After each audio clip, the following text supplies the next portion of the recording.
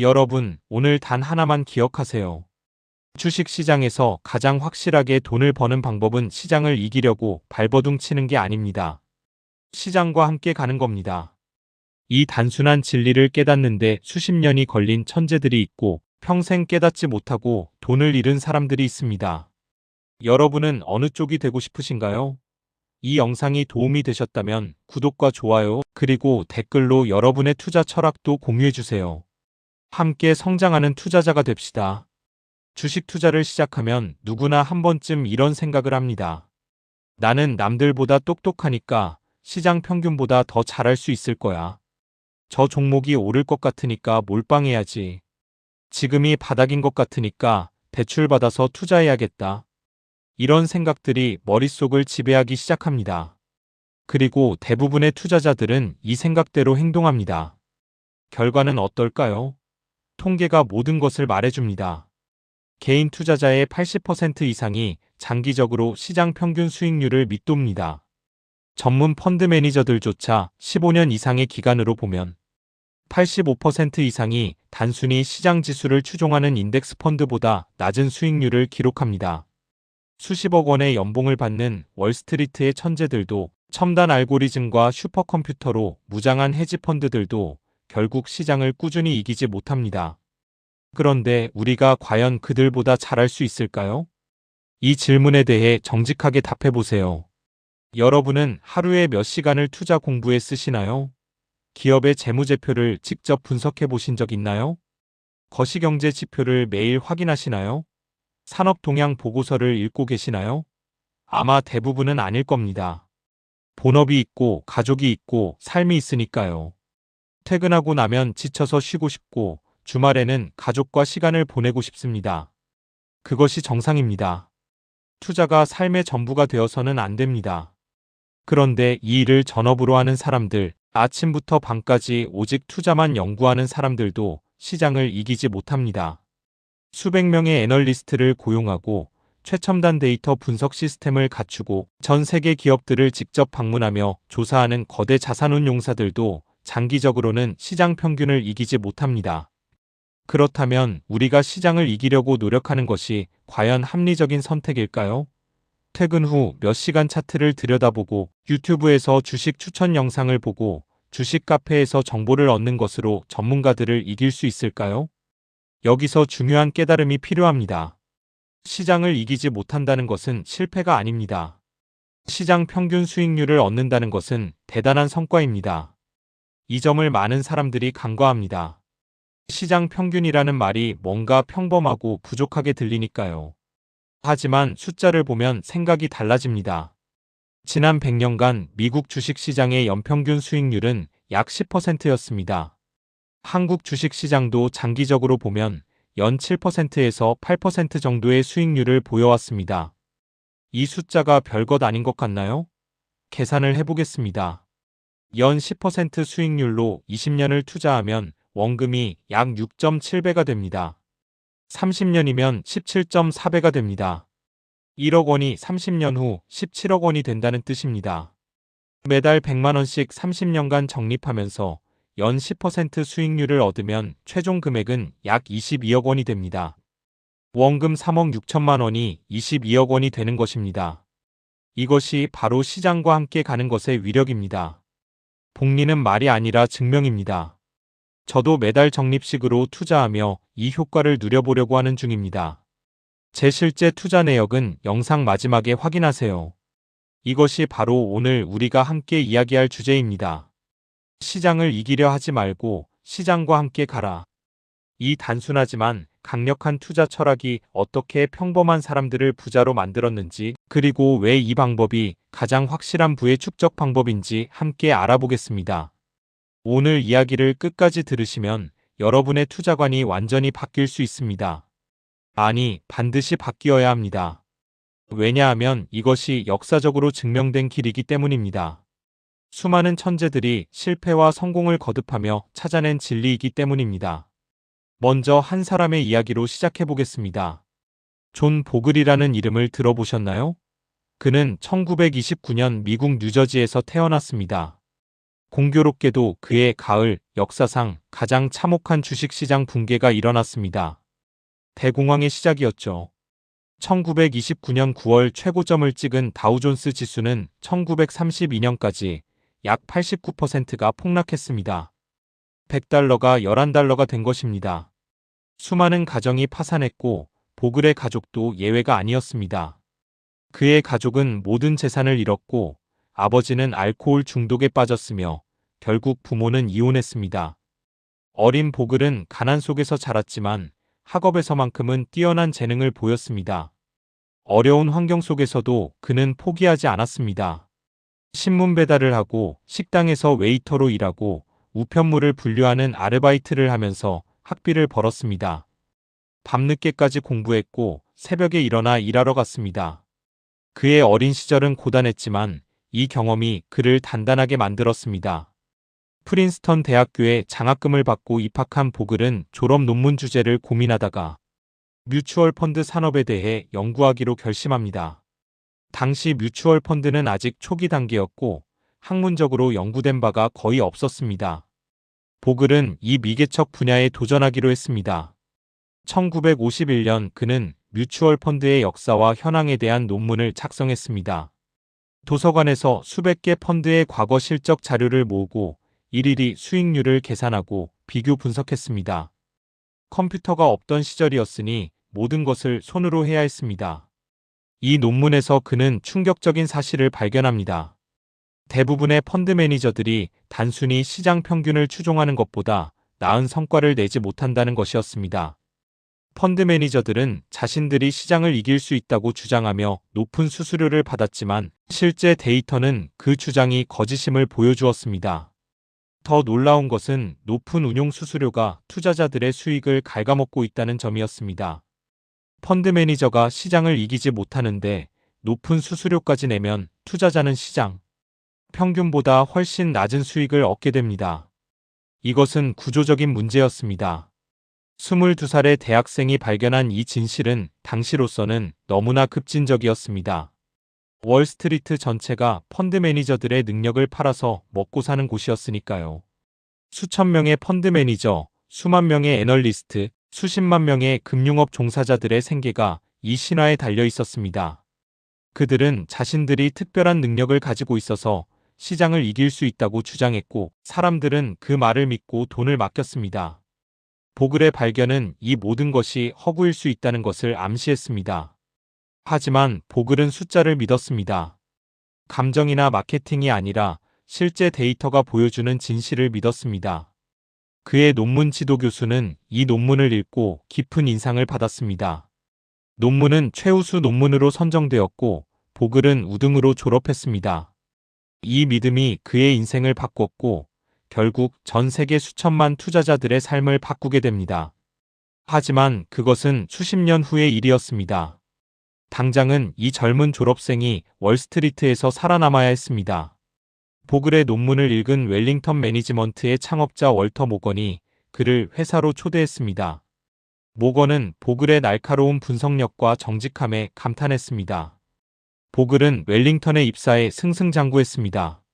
그는 성실했고 똑똑했고 무엇보다 숫자에 정직했습니다. 회사에서 그의 입지는 점점 높아졌고 35세에 최연소 회장이 되었습니다. 젊은 나이에 대형 투자회사의 수장이 된 것입니다. 누가 봐도 성공한 인생이었습니다. 하지만 성공은 때로 사람을 오만하게 만듭니다. 보글도 예외가 아니었습니다. 자신의 판단력에 대한 과신이 생기기 시작했습니다. 1960년대 후반 미국 주식시장은 고고시대라고 불리는 강세장이었습니다. 성장주들이 하늘 높은 줄 모르고 치솟았습니다. 젊고 공격적인 펀드 매니저들이 어마어마한 수익률을 기록하며 스타가 되었습니다. 보수적인 가치 투자는 구시대의 유물처럼 취급받았습니다. 보글은 이 흐름에 편승하기로 결정합니다. 보수적인 웰링턴의 투자 스타일로는 경쟁사들을 따라잡을 수 없다고 판단한 것입니다. 그는 공격적인 성장주 펀드를 운용하는 보스턴의 한 회사와 합병을 추진했습니다. 젊고 패기 넘치는 펀드 매니저들을 영입하면 회사가 한 단계 도약할 수 있을 것이라고 믿었습니다. 이사회를 설득했고 합병은 성사되었습니다. 처음에는 대성공이었습니다. 합병 후 회사의 자산은 급격히 늘어났고 보글의 명성도 함께 높아졌습니다. 언론은 그를 금융계의 신성으로 치켜세웠습니다. 모든 것이 완벽해 보였습니다. 하지만 좋은 시절은 오래가지 않았습니다. 시장은 영원히 오르지 않습니다. 그것은 불변의 진리입니다. 1973년에서 1974년 사이 주식시장이 폭락했습니다. 그것도 아주 심하게요. 중동 전쟁으로 인한 오일 쇼크, 닉슨 대통령의 워터게이트 스캔들, 치솟는 인플레이션이 겹쳤습니다. 다우존스 지수가 45% 넘게 떨어졌습니다. 1960년대의 고공성장주들은 더 처참했습니다. 80%, 90% 폭락한 종목들이 수두룩했습니다. 보글이 합병한 회사의 공격적인 펀드들은 시장보다 더 심하게 무너졌습니다. 투자자들의 돈이 증발했고 분노한 투자자들이 회사를 떠났습니다. 회사의 운용 자산은 반토막이 났습니다. 합병 파트너들은 모든 책임을 보글에게 돌렸습니다. 자기들은 원래 잘하고 있었는데 보글이 끼어들어서 망했다고 주장했습니다. 이사회에서 치열한 권력 투쟁이 벌어졌습니다. 결국 1974년 1월 보글은 자신이 일군 회사에서 해고당합니다. 45세의 나이에 인생 최대의 실패를 경험한 것입니다. 20년 넘게 바친 회사에서 쫓겨난 것입니다. 게다가 그는 심장질환까지 앓고 있었습니다. 1960년대부터 부정맥 증상이 있었고 의사들은 그에게 오래 살지 못할 것이라고 경고했습니다. 평균 수명이 10년도 남지 않았을 것이라는 진단이었습니다. 커리어도 끝났고 건강도 나빴습니다. 아내와 6자녀를 부양해야 하는데 미래는 암담했습니다. 보통 사람이라면 여기서 포기했을 겁니다. 은퇴하고 남은 시간을 조용히 보냈을 겁니다. 하지만 보글은 달랐습니다. 그는 이 실패를 통해 자신의 20년 전 논문 결론이 옳았음을 뼈저리게 깨달았습니다. 시장을 이기려는 시도는 결국 실패한다. 공격적인 투자로 시장을 이기려 했던 자신의 시도가 어떤 결과를 가져왔는지 직접 경험한 것입니다. 젊고 똑똑한 펀드 매니저들의 화려한 수익률은 결국 신기루였습니다. 시장이 좋을 때는 누구나 천재처럼 보입니다. 진짜 실력은 시장이 나빠졌을 때 드러납니다. 그렇다면 시장 자체를 사면 되지 않을까? 어차피 시장을 이길 수 없다면 시장과 함께 가면 되지 않을까? 이 단순한 아이디어가 보글의 머릿속에서 구체화되기 시작했습니다. 시장 전체를 추종하는 펀드. 어떤 종목이 오를지 예측하지 않고 그냥 시장에 있는 모든 종목을 사는 펀드. 펀드 매니저의 판단이 필요 없으니 비용도 최소화할 수 있는 펀드. 이것이 인덱스 펀드의 원형이었습니다. 1974년 보글은 새로운 회사를 설립합니다. 회사 이름은 벵가드. 영국 넬슨 제독이 나폴레옹 함대를 격파할 때 타고 있던 기암의 이름에서 따왔습니다. 선두에 선다는 의미였습니다. 하지만 당시에는 아무도 이 작은 회사가 금융 역사를 바꿀 것이라고 생각하지 않았습니다. 해고당한 펀드 매니저가 세운 초라한 스타트업에 불과했으니까요. 직원도 몇 명 없었고 사무실도 허름했습니다. 월스트리트의 거물들은 코웃음을 쳤습니다. 그리고 1976년 8월 31일 역사적인 금융 상품이 탄생합니다. 세계 최초의 개인 투자자용 인덱스 펀드였습니다. 공식 명칭은 퍼스트 인덱스 인베스트먼트 트러스트였고 나중에 벵가드 500 인덱스 펀드로 이름이 바뀝니다. 이 펀드는 단순히 500개 대형주 지수를 그대로 추종했습니다. 어떤 종목이 오를지 예측하지 않았고 시장 타이밍을 재지도 않았습니다. 그냥 시장 전체를 샀습니다. 펀드 매니저가 할 일은 거의 없었고 따라서 수수료는 기존 펀드의 10분의 1 수준이었습니다. 당시 월스트리트의 반응은 어땠을까요? 조롱과 비난이 쏟아졌습니다. 그들은 이 펀드를 보글의 어리석음이라고 불렀습니다. 비미국적이라는 비난도 있었습니다. 미국은 승자의 나라인데 평균에 만족하는 것은 미국 정신에 어긋난다는 논리였습니다. 월스트리트의 유명 펀드 매니저는 이렇게 말했습니다. 평범함에 안주하는 것은 비미국적이다. 인덱스 펀드는 투자자들에게 최악의 결과를 가져다 줄 것이다. 평범함을 보장하는 펀드에 누가 투자하겠느냐는 조롱도 있었습니다. 출시 첫 해 이 펀드는 겨우 1,100만 달러를 모금했습니다. 목표했던 1억 5천만 달러의 10분의 1도 안 되는 금액이었습니다. 완전한 실패처럼 보였습니다. 인수를 맡은 증권사들은 더 이상 판매하지 않겠다고 통보했습니다. 뱅가드 내부에서도 회의론이 퍼졌습니다. 이 펀드가 과연 살아남을 수 있을까?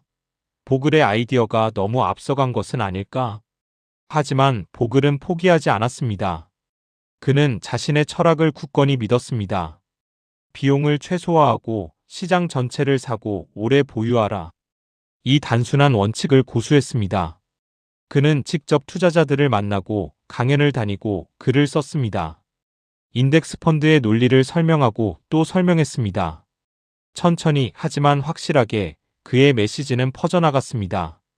시간이 흐르면서 놀라운 일이 벌어졌습니다. 그 바보 같은 펀드가 대부분의 액티브 펀드들을 이기기 시작한 것입니다. 1년 성과로는 알 수 없었습니다. 단기적으로는 시장을 크게 이기는 펀드들이 있었으니까요. 하지만 5년이 지나자 인덱스 펀드가 대부분의 액티브 펀드보다 나은 성과를 보이기 시작했습니다. 10년이 지나자 70% 이상의 액티브 펀드가 인덱스 펀드에 뒤처졌습니다. 20년이 지나자 그 비율은 80%를 넘었습니다. 보글의 이론이 현실에서 증명되고 있었습니다. 왜 이런 일이 벌어졌을까요? 이유는 간단합니다. 비용 때문입니다.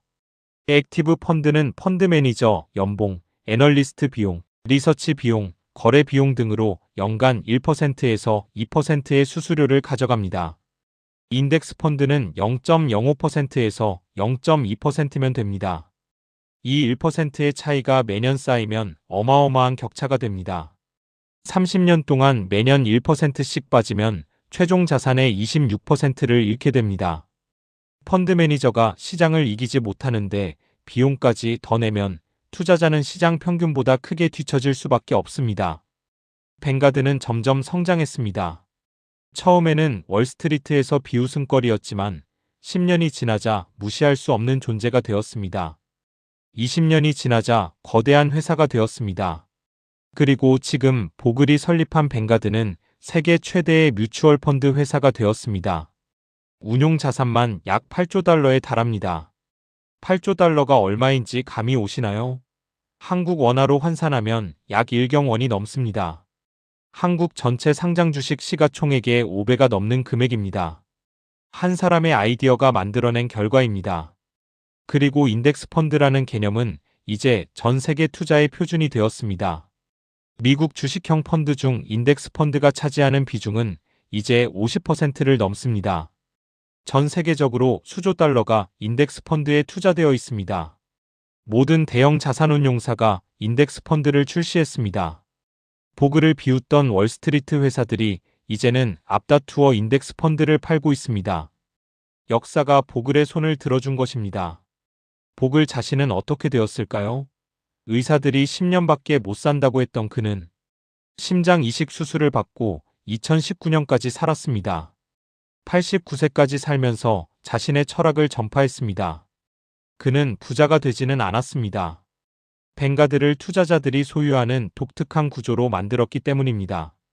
그가 일반적인 금융회사처럼 뱅가드를 운영했다면 수십억 달러의 재산을 모을 수 있었을 것입니다. 하지만 그는 그 길을 택하지 않았습니다. 그에게 중요한 것은 돈이 아니라 투자자들의 이익이었습니다. 보글은 2019년 1월 16일 세상을 떠났습니다. 그가 남긴 유산은 수천만 명의 평범한 투자자들의 삶을 바꿨습니다. 그의 묘비에는 이렇게 쓰여 있습니다. 투자자들을 위해 충분히 많은 일을 했다. 이것이 존 보글의 삶을 요약하는 한마디입니다. 보글의 투자 철학은 놀랍도록 단순합니다. 첫째, 비용을 최소화하라.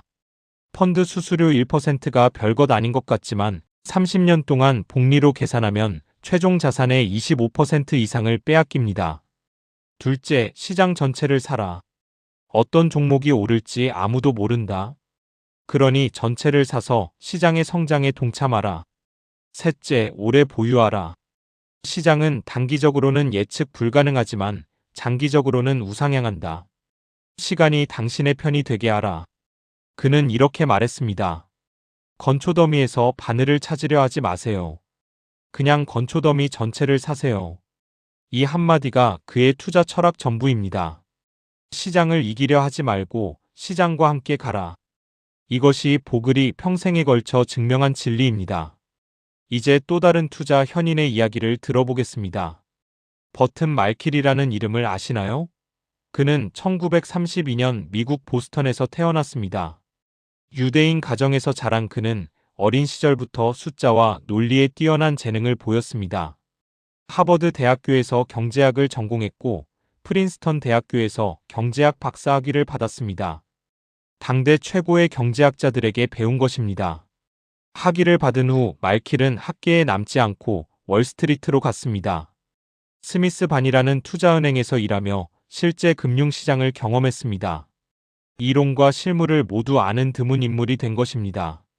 대부분의 경제학자들은 이론만 알고 대부분의 트레이더들은 실무만 압니다. 말킬은 양쪽을 모두 경험한 후 프린스턴 대학교 교수로 돌아왔습니다. 그리고 자신이 배우고 경험한 것을 한 권의 책으로 정리하기로 결심합니다. 말킬은 1973년에 한 권의 책을 출간합니다. 제목은 랜덤워크 투자 수업이었습니다. 이 책에서 그는 충격적인 주장을 펼칩니다. 눈을 가린 원숭이가 다트를 던져 고른 종목이 전문가가 신중하게 고른 종목보다 나은 성과를 낼 수 있다는 것이었습니다. 이것은 월스트리트 전체를 모욕하는 말이었습니다. 수천 명의 애널리스트들, 수백 개의 리서치 팀들, 수십 년간 쌓아온 금융 이론들이 원숭이의 다트 던지기보다 나을 것이 없다니요. 왜 이런 주장을 했을까요? 말킬에 따르면 주가는 기본적으로 무작위로 움직이기 때문입니다. 이것이 바로 그 유명한 랜덤워크 이론입니다. 랜덤워크란 술 취한 사람의 걸음걸이를 말합니다. 다음 발걸음이 어디로 향할지 예측할 수 없습니다. 이전 걸음과 아무런 상관이 없습니다. 주가도 마찬가지라는 것입니다. 어제 주가가 올랐다고 오늘 오른다는 보장이 없고 내렸다고 오늘 내린다는 보장도 없습니다. 과거의 주가 움직임은 미래를 예측하는데 아무런 도움이 되지 않습니다. 말킬은 두 가지 유명한 투자 방법론을 모두 비판했습니다. 첫째는 기술적 분석입니다. 차트를 보고 패턴을 찾아서 미래 주가를 예측하려는 방법이죠. 이동평균선, 볼린저 밴드, 헤드앤숄더, 골든크로스, 데드크로스 이런 것들을 보고 매매 타이밍을 잡으려는 것입니다. 말킬에 따르면 이것은 점성술과 다를 바 없습니다. 과거 주가 패턴이 미래를 예측한다는 증거는 어디에도 없습니다. 둘째는 기본적 분석입니다. 기업의 재무제표를 분석하고 산업 동향을 연구하고 경영진을 평가해서 저평가된 종목을 찾으려는 방법입니다. 이것은 기술적 분석보다는 합리적으로 보입니다. 하지만 말킬은 여기에도 치명적인 약점이 있다고 지적했습니다. 바로 효율적 시장 가설입니다. 효율적 시장 가설에 따르면 주가에는 이미 모든 공개된 정보가 반영되어 있습니다. 어떤 기업이 좋다는 정보가 있으면 그 정보는 즉시 주가에 반영됩니다. 당신이 그 정보를 알게 되었을 때는 이미 늦은 것입니다. 수천 명의 전문가들이 24시간 기업을 분석하고 있습니다. 당신이 발견한 저평가된 종목은 사실 저평가된 것이 아닙니다. 당신이 모르는 문제가 있어서 싼 것입니다. 또는 당신의 분석이 틀린 것입니다. 물론 효율적 시장 가설은 완벽하지 않습니다. 시장이 항상 효율적이지는 않습니다. 버블도 생기고 패닉도 생깁니다. 1990년대 후반의 닷컴 버블, 2008년의 금융위기를 보면 시장이 때로는 미쳐 돌아가는 것이 분명합니다. 하지만 문제는 이것입니다. 시장이 비효율적인 순간을 사전에 알 수 있는가? 버블인지 아닌지를 진행 중에 알 수 있는가? 대답은 거의 항상 아니오입니다.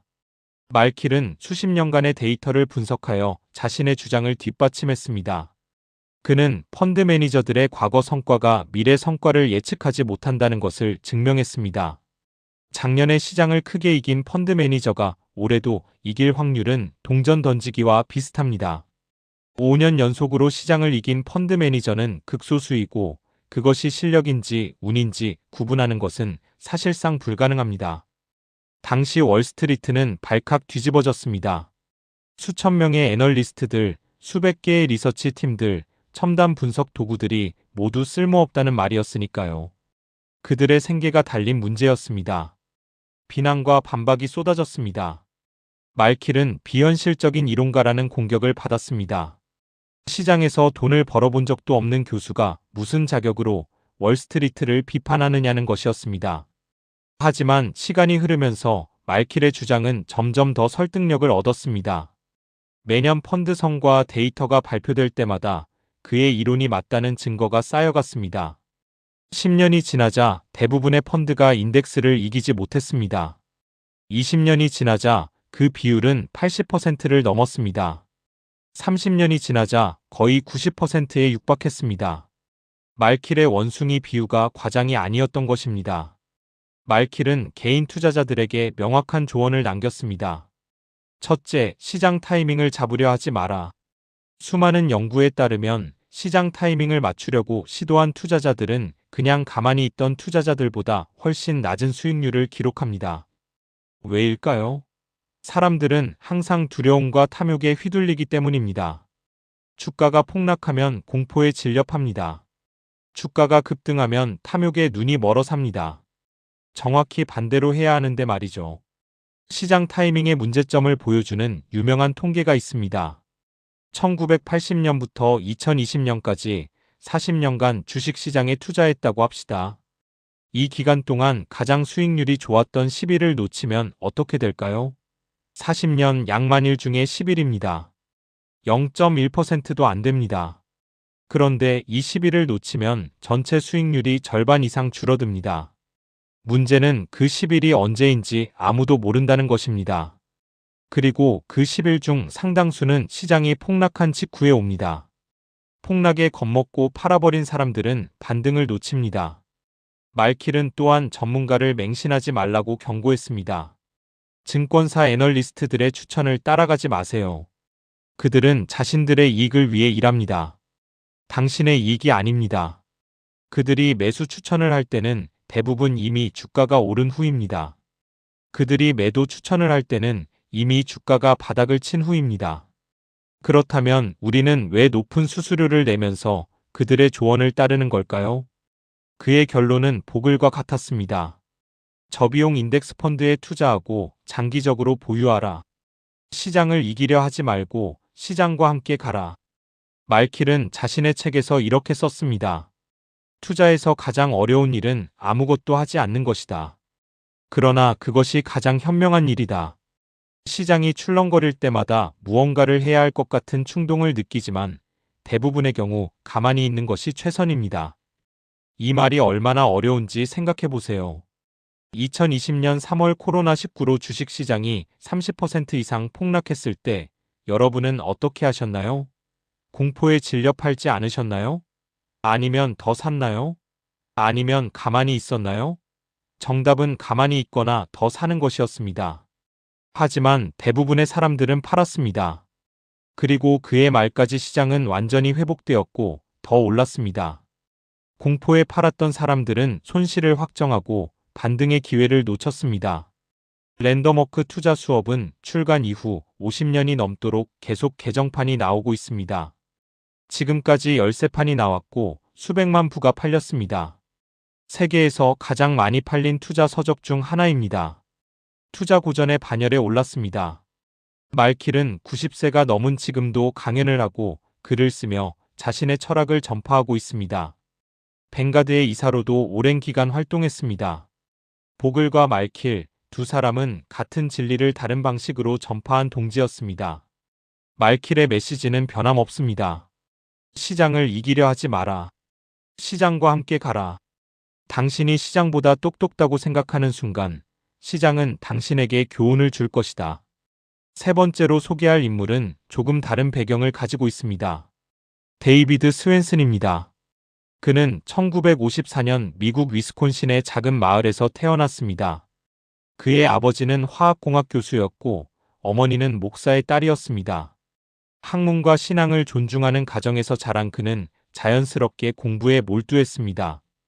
위스콘신 대학교에서 경제학을 전공한 후 예일 대학교에서 경제학 박사학위를 받았습니다.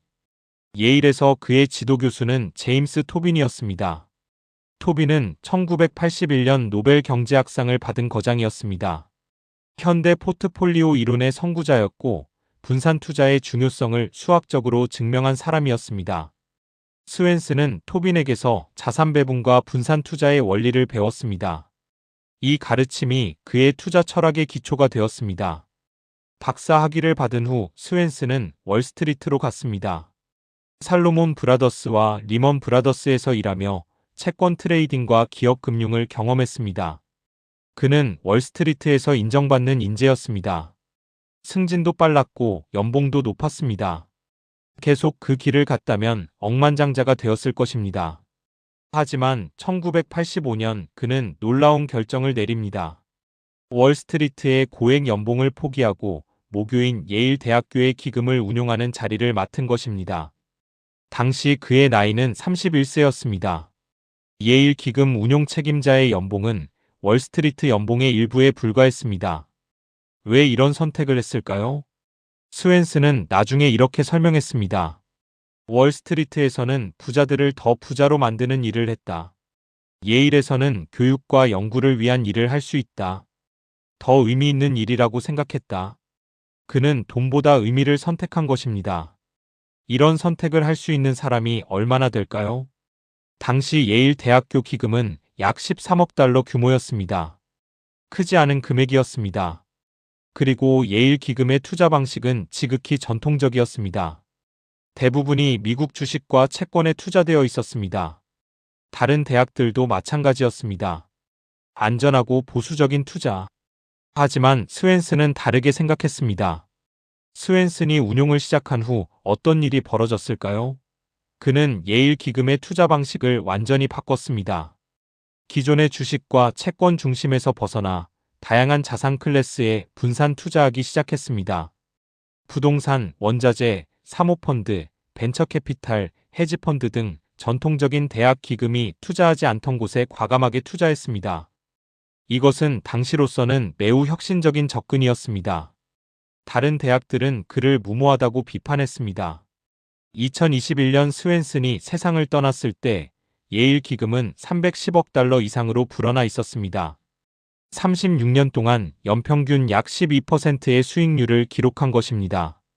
같은 기간 대부분의 대학 기금들이 7%에서 8% 수익률을 기록한 것과 비교하면 놀라운 성과입니다. 매년 4%에서 5%의 차이가 36년 동안 복리로 쌓이면 엄청난 격차가 됩니다. 예일 기금은 다른 대학 기금들을 크게 앞질렀고 예일 모델이라는 이름으로 전 세계 기관 투자자들의 벤치마크가 되었습니다.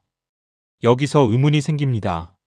앞서 시장을 이기기 어렵다고 했는데 스웬슨은 어떻게 시장을 이겼을까요? 이것은 앞서 보글과 말킬이 말한 것과 모순되는 것처럼 보입니다. 하지만 자세히 들여다보면 모순이 아닙니다. 중요한 것은 그가 시장을 이긴 방법입니다. 스웬슨은 개별 종목을 골라서 시장을 이기려 한 것이 아닙니다. 어떤 주식이 오를지 예측하지 않았습니다. 그는 자산 배분을 통해 시장을 이겼습니다. 자산 배분이란 돈을 여러 종류의 자산에 나누어 투자하는 것입니다. 주식만 사는 것이 아니라 채권, 부동산, 원자재 등에도 투자하는 것입니다. 스웬슨의 핵심 철학은 분산 투자였습니다. 하지만 그의 분산 투자는 일반적인 의미를 넘어섰습니다. 그는 예일 기금을 주식뿐 아니라 채권, 부동산, 원자재, 사모펀드, 벤처캐피탈, 헤지펀드, 목재, 농지 등 다양한 자산 클래스에 분산 투자했습니다.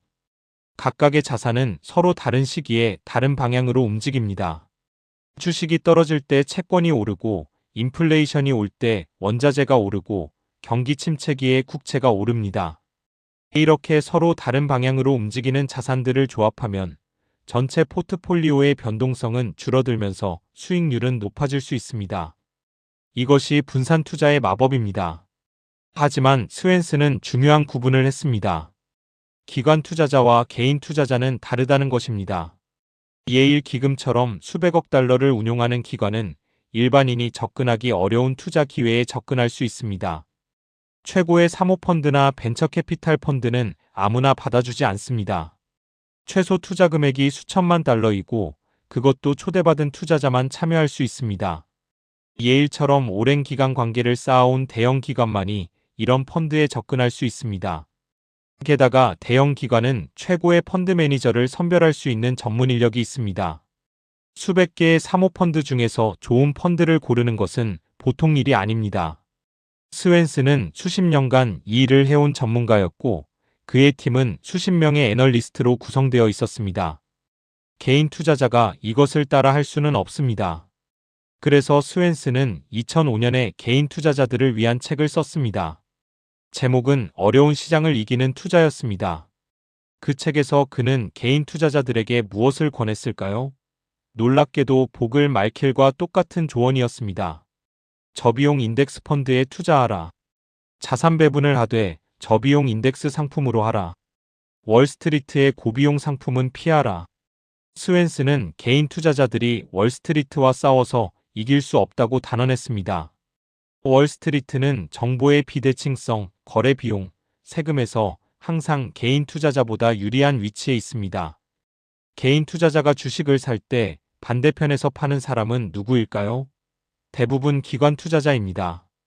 그들은 당신보다 더 많은 정보를 가지고 있고 더 빠르게 거래할 수 있고 더 낮은 비용으로 거래합니다. 이 게임에서 개인 투자자가 이기기는 매우 어렵습니다. 개인 투자자가 할 수 있는 최선은 이 게임에서 빠지는 것입니다.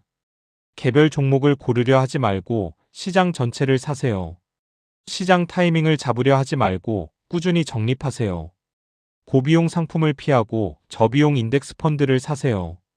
이것이 스웬슨이 개인 투자자들에게 남긴 메시지입니다. 흥미로운 점이 있습니다. 스웬슨 자신은 액티브 투자로 엄청난 성공을 거뒀습니다. 그는 시장을 이겼습니다. 하지만 그는 개인 투자자들에게는 패시브 투자를 권했습니다. 왜일까요? 그는 자신의 성공이 일반인이 따라 할 수 없는 조건에서 이루어졌다는 것을 정직하게 인정했기 때문입니다. 스웬슨은 이렇게 말했습니다. 예일 기금이 접근할 수 있는 기회에 개인 투자자는 접근할 수 없다.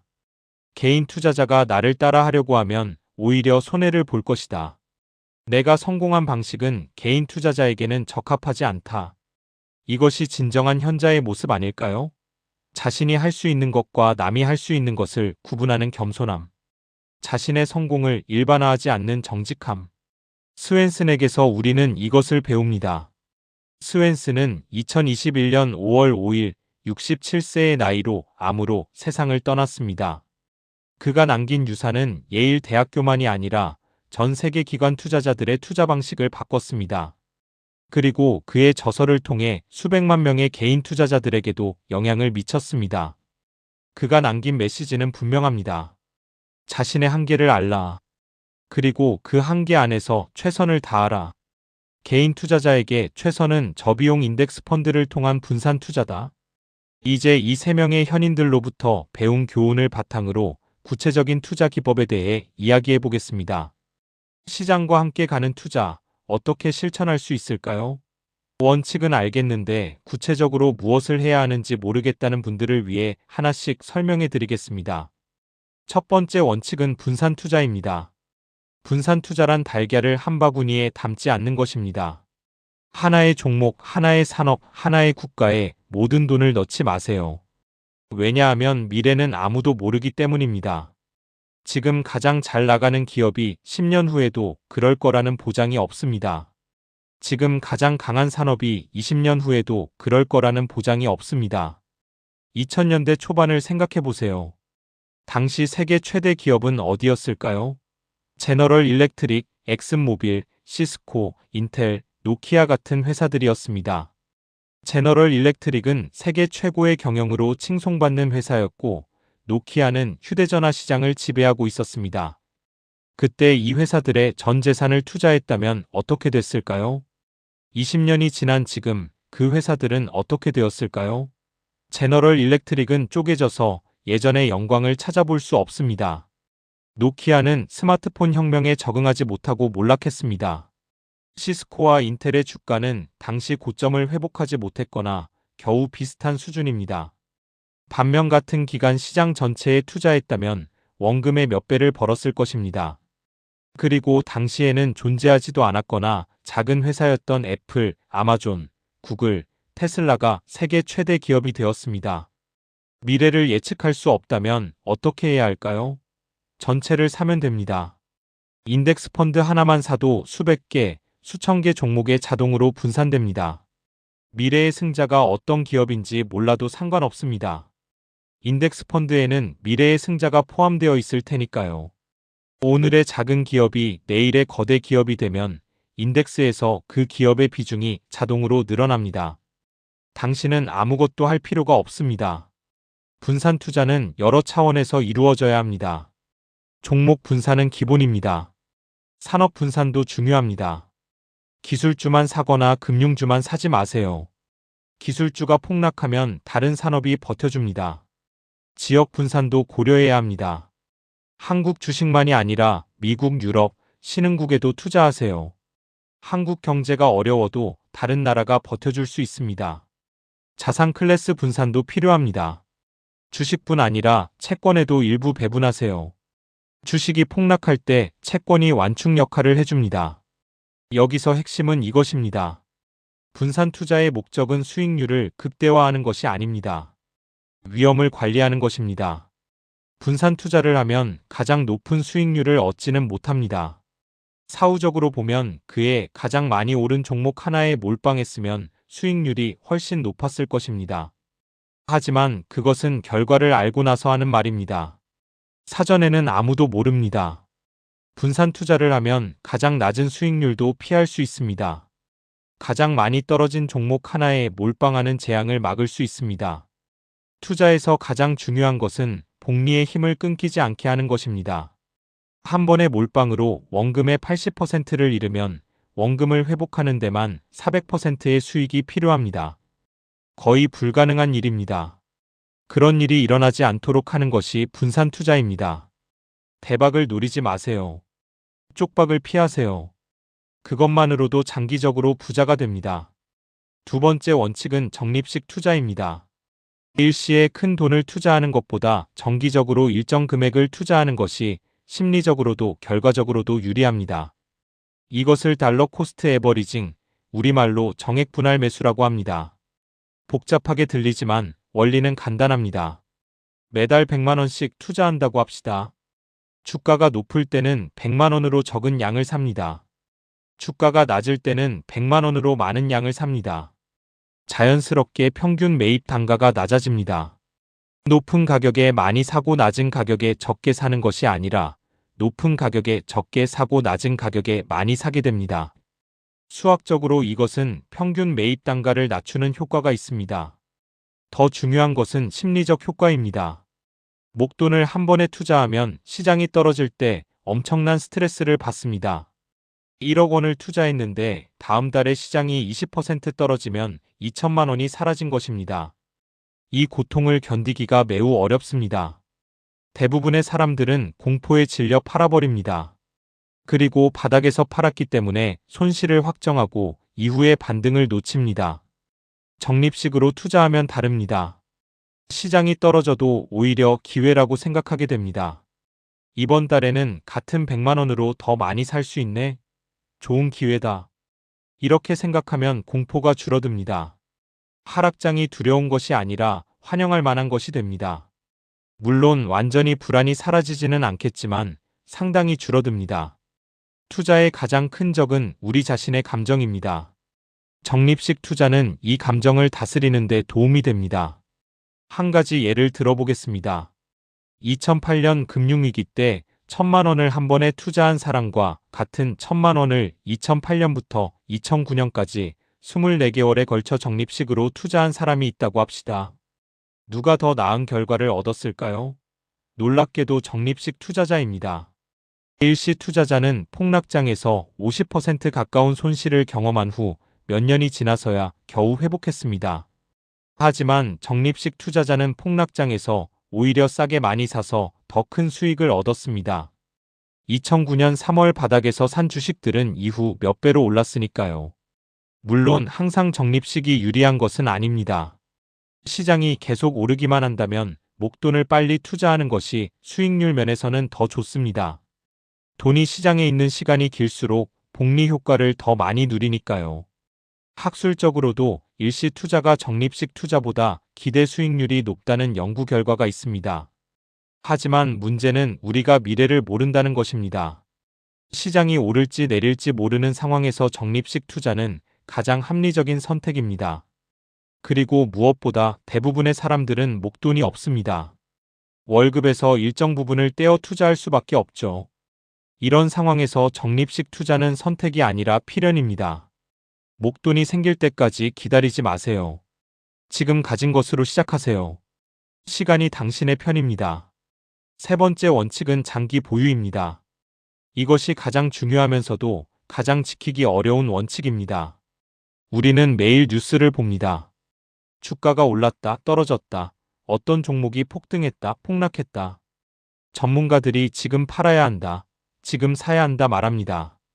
이런 뉴스에 노출되면 무언가를 해야 할 것 같은 충동을 느낍니다. 가만히 있으면 기회를 놓치는 것 같고 손해를 보는 것 같습니다. 하지만 버튼 말킬이 말했듯이 투자에서 가장 현명한 일은 종종 아무것도 하지 않는 것입니다. 시장은 매일 출렁거립니다. 그것이 정상입니다. 그 출렁거림에 일일이 반응하면 피곤하기만 하고 수익은 줄어듭니다. 매매할 때마다 수수료가 나가고 세금이 나가고 잘못된 타이밍에 사고 팔게 됩니다. 장기 보유가 중요한 이유는 복리 때문입니다. 복리란 이자가 이자를 낳는 것입니다. 100만 원을 연 10%로 투자하면 1년 후 110만 원이 됩니다. 2년 후에는 121만 원이 됩니다. 10만 원이 아니라 11만 원이 붙죠. 왜냐하면 첫 해에 번 10만 원에도 이자가 붙기 때문입니다. 이 효과는 시간이 지날수록 기하급수적으로 커집니다. 10년 후에는 100만 원이 259만 원이 됩니다. 20년 후에는 673만 원이 됩니다. 30년 후에는 1745만 원이 됩니다. 원금의 17배가 넘습니다. 40년 후에는 4526만 원이 됩니다. 45배가 넘습니다. 복리의 힘은 후반으로 갈수록 폭발적으로 커집니다. 처음 10년간 번 돈보다 마지막 10년간 번 돈이 훨씬 많습니다. 시간이 길어질수록 복리의 마법이 강력해집니다. 워런 버핏의 순자산 중 99% 이상은 그가 50세 이후에 벌어들인 것입니다. 그가 특별히 50세 이후에 투자를 잘한 것이 아닙니다. 복리가 시간의 힘을 빌려 폭발적으로 커진 것입니다. 버핏은 11살에 투자를 시작했습니다. 80년 넘게 투자를 해온 것입니다. 그 시간이 그를 세계 최고의 부자 중 하나로 만들었습니다. 이것이 장기 보유의 힘입니다. 하지만 장기 보유를 방해하는 적이 있습니다. 바로 시장의 변동성입니다. 주식시장은 짧은 기간 동안 엄청나게 출렁거립니다. 하루에 3% 오르는 것도 흔하고 하루에 5% 떨어지는 것도 있습니다. 일주일에 10%가 빠지는 일도, 한 달에 20%가 빠지는 일도 있습니다. 이런 변동성을 매일 지켜보면 미치지 않고서야 가만히 있기 어렵습니다. 그래서 조언드립니다. 자주 확인하지 마세요. 매일 주가를 확인하는 것은 마치 자라는 식물을 매시간 판에서 뿌리를 확인하는 것과 같습니다. 식물은 자라지 못하고 당신은 스트레스만 받습니다. 주가 앱을 핸드폰 첫 화면에서 치우세요. 증권사 알림을 꺼두세요. 금융 뉴스를 보지 마세요. 1년에 한두 번 정도만 포트폴리오를 점검하세요. 자산 배분이 원래 계획대로 유지되고 있는지만 확인하세요. 그 사이에는 자동으로 적립되게 해놓고 잊어버리세요. 당신의 삶을 사세요. 가족과 시간을 보내고 좋아하는 취미를 즐기고 건강을 챙기세요. 투자는 당신의 삶을 풍요롭게 하기 위한 도구이지 삶 자체가 아닙니다. 네 번째 원칙은 비용 최소화입니다. 존 보글이 평생 강조한 것이 바로 이것입니다. 투자에서 확실하게 통제할 수 있는 것은 비용뿐입니다. 수익률은 통제할 수 없습니다. 미래의 시장이 얼마나 오를지 아무도 모릅니다. 하지만 비용은 줄일 수 있습니다. 그것은 우리의 선택입니다. 펀드의 운용 수수료가 연 1%라고 합시다. 별것 아닌 것 같죠? 1%는 100만 원당 1만 원입니다. 커피 두세 잔 값입니다. 하지만 30년을 계산해보면 이야기가 달라집니다. 연 7% 수익률 펀드에 1억 원을 투자하면 30년 후 7억 6천만 원이 됩니다. 하지만 수수료 1%를 빼면 실제 수익률은 6%입니다. 30년 후 5억 7천만 원이 됩니다. 수수료로 인해 2억 원 가까이 날린 셈입니다. 1%의 작은 차이가 30년 후에는 26%의 차이가 됩니다. 2억 원이면 작은 아파트 한 채 값입니다. 펀드 매니저에게 아파트 한 채를 갖다 바친 것입니다. 인덱스 펀드의 수수료는 보통 0.03%에서 0.2% 정도입니다. 액티브 펀드는 1%에서 2%가 일반적입니다. 이 차이는 매우 큽니다. 같은 시장에 투자하면서 한쪽은 0.1%를 내고 한쪽은 1.5%를 냅니다. 1.4%의 차이가 매년 쌓입니다. 그래서 보글은 평생 저비용을 외쳤습니다. 비용은 확실한 마이너스입니다. 줄일 수 있는 만큼 줄이세요. 매매 수수료도 마찬가지입니다. 자주 사고 팔수록 비용이 늘어납니다. 매매할 때마다 증권사에 수수료를 내야 합니다. 요즘은 수수료가 많이 낮아졌지만 자주 거래하면 쌓입니다. 세금도 마찬가지입니다. 자주 매매하면 단기 양도세를 내야 합니다. 장기 보유하면 세금도 줄어듭니다. 비용을 줄이는 가장 좋은 방법은 저비용 인덱스 펀드를 사서 오래 보유하는 것입니다. 또 그 이야기입니다. 결국 모든 원칙은 하나로 연결됩니다. 다섯 번째 원칙은 감정 통제입니다. 이것이 가장 어렵습니다. 앞서 말한 모든 원칙을 알아도 감정을 통제하지 못하면 소용없습니다. 시장이 폭락하면 공포에 질렵합니다. 시장이 폭등하면 탐욕에 눈이 멀어 무리하게 삽니다. 뉴스에서 어떤 종목이 대박이라고 하면 뒤늦게 뛰어듭니다. 주변에서 누가 돈을 많이 벌었다고 하면 조바심이 납니다. 이 모든 행동이 우리의 수익률을 갉아먹습니다. 연구에 따르면 투자자들이 실제로 얻는 수익률은 그들이 투자한 펀드의 수익률보다 평균 2%에서 3% 낮습니다. 펀드가 연 10%를 벌었는데 그 펀드에 투자한 사람들의 평균 수익률은 7%라는 것입니다. 왜일까요? 잘못된 타이밍에 사고 팔기 때문입니다. 펀드가 많이 오른 후에 뒤늦게 사서 떨어지기 시작하면 겁먹고 팝니다. 정확히 반대로 해야 수익을 얻는데 말이죠. 감정을 통제하는 방법은 무엇일까요? 첫째, 자동화하세요. 매달 자동으로 이체되고 자동으로 투자되게 설정하세요. 결정의 순간을 없애면 감정이 개입할 여지가 줄어듭니다. 시장이 오르든 내리든 기계적으로 투자됩니다. 당신은 결정할 필요가 없습니다. 둘째, 뉴스를 끊으세요. 금융 뉴스는 당신을 불안하게 만들어서 무언가를 하게 만들려고 합니다. 그래야 조회수가 나오니까요. 시장이 폭락하면 공포를 부추기고 시장이 폭등하면 탐욕을 부추깁니다. 항상 무언가 큰일이 벌어지는 것처럼 말합니다. 그 게임에 말려들지 마세요. 뉴스를 보면 볼수록 잘못된 결정을 내릴 가능성이 높아집니다. 셋째, 투자 일지를 쓰세요. 왜 이 결정을 내렸는지 기록하세요. 언제 샀고, 왜 샀고, 그때 기분이 어땠는지 쓰세요. 나중에 돌아보면 감정적인 결정이 얼마나 어리석었는지 깨닫게 됩니다. 공포에 질려 팔았던 날, 탐욕에 눈이 멀어 샀던 날을 기록해 두세요. 그 기록이 다음에 같은 실수를 막아줄 것입니다. 넷째, 그리고 가장 중요한 것은 투자 철학을 확립하세요. 왜 이렇게 투자하는지 확고한 믿음이 있으면 시장이 출렁거려도 흔들리지 않습니다. 시장이 폭락해도 이것은 일시적인 현상이고 장기적으로 시장은 우상향한다는 것을 알면 버틸 수 있습니다. 존 보글은 시장 폭락 때마다 같은 말을 했습니다. 코스를 유지하라. 그는 자신의 철학을 확고히 믿었기 때문에 어떤 상황에서도 흔들리지 않았습니다. 우리도 그래야 합니다. 이제 모든 이야기를 정리해 보겠습니다. 오늘 우리는 3명의 투자 현인들의 이야기를 들었습니다. 존 보글은 인덱스 펀드를 창시하여 평범한 사람들이 월스트리트와 싸우지 않고도 부를 쌓을 수 있는 길을 열었습니다. 그는 어린 시절의 가난, 커리어 중반의 실패, 평생의 건강 문제를 이겨내고 자신의 철학을 증명했습니다. 그가 세운 뱅가드는 세계 최대의 자산운용사가 되었고 인덱스 펀드는 전 세계 투자의 표준이 되었습니다. 버튼 말킬은 주가의 무작위성을 증명하여 시장을 이기려는 시도가 헛됨을 보여줬습니다. 그의 책 랜덤워크 투자 수업은 50년 넘게 읽히며 수백만 명의 투자자들에게 영향을 미쳤습니다. 눈 가린 원숭이가 전문가보다 나을 수 있다는 그의 도발적인 주장은 시간이 지날수록 증명되고 있습니다.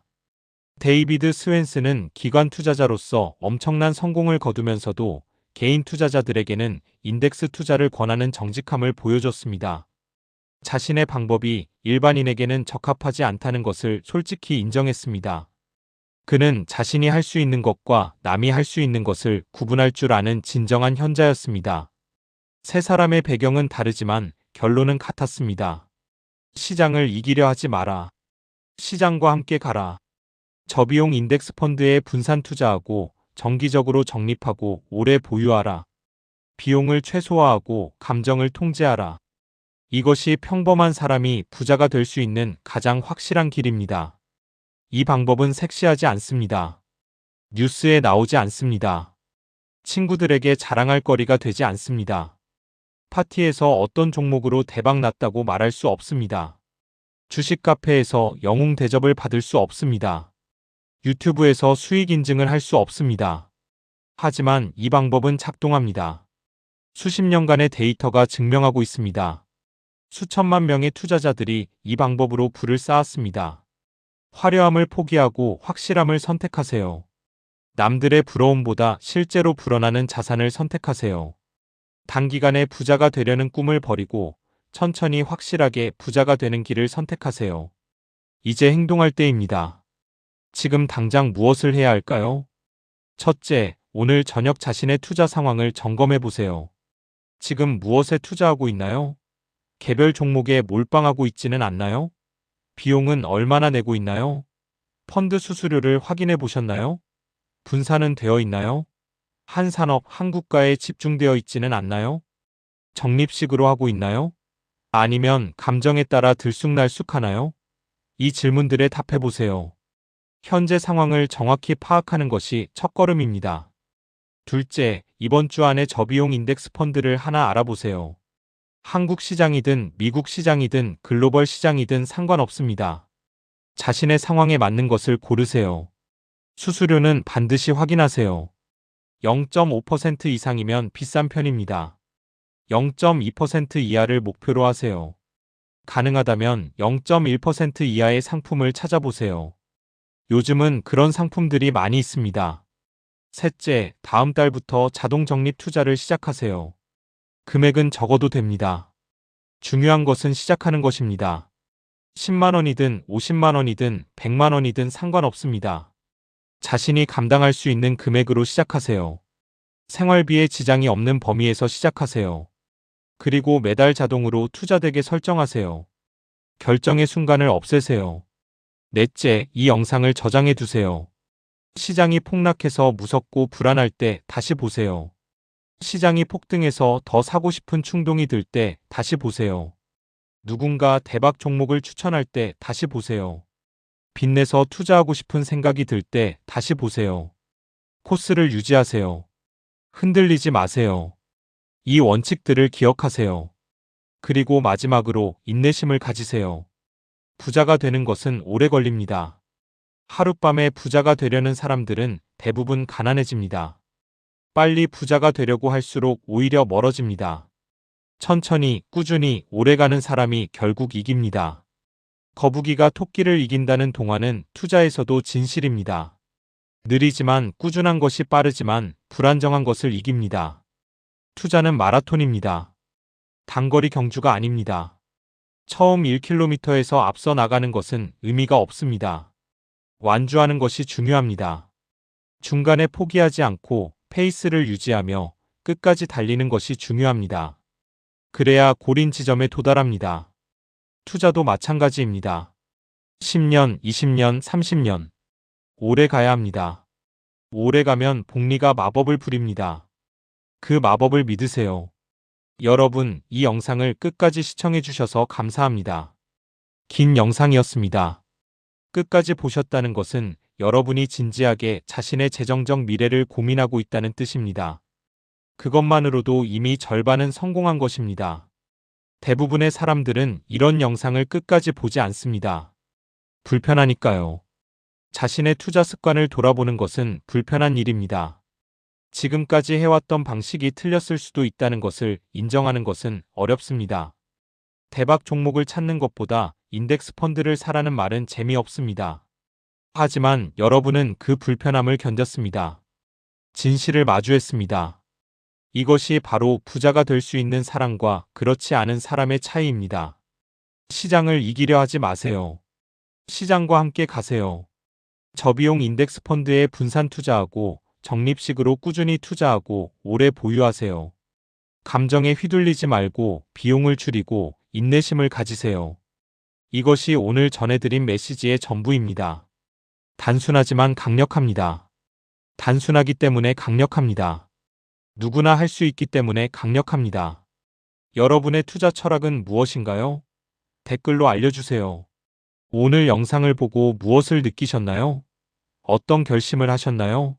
함께 나눠주세요. 서로 배우고 성장하는 커뮤니티를 만들어 갑시다. 혼자 가면 빠르지만 함께 가면 멀리 갑니다. 우리 함께 멀리 갑시다. 이 영상이 도움이 되셨다면 좋아요와 구독 부탁드립니다. 알림 설정까지 해주시면 새로운 영상을 놓치지 않으실 수 있습니다. 여러분의 구독과 좋아요가 더 좋은 콘텐츠를 만드는 힘이 됩니다. 우리 모두 부자가 됩시다. 단 올바른 방법으로요. 급하게 가지 말고 천천히 확실하게 갑시다. 시장을 이기려 하지 말고 시장과 함께 갑시다. 그것이 증명된 길입니다. 그 길 위에서 여러분을 응원합니다. 앞전에 말씀드린 대로 매달 적립식으로 투자하고 종목입니다. 모두 성투하시기 바랍니다. 다음 영상에서 뵙겠습니다. 감사합니다.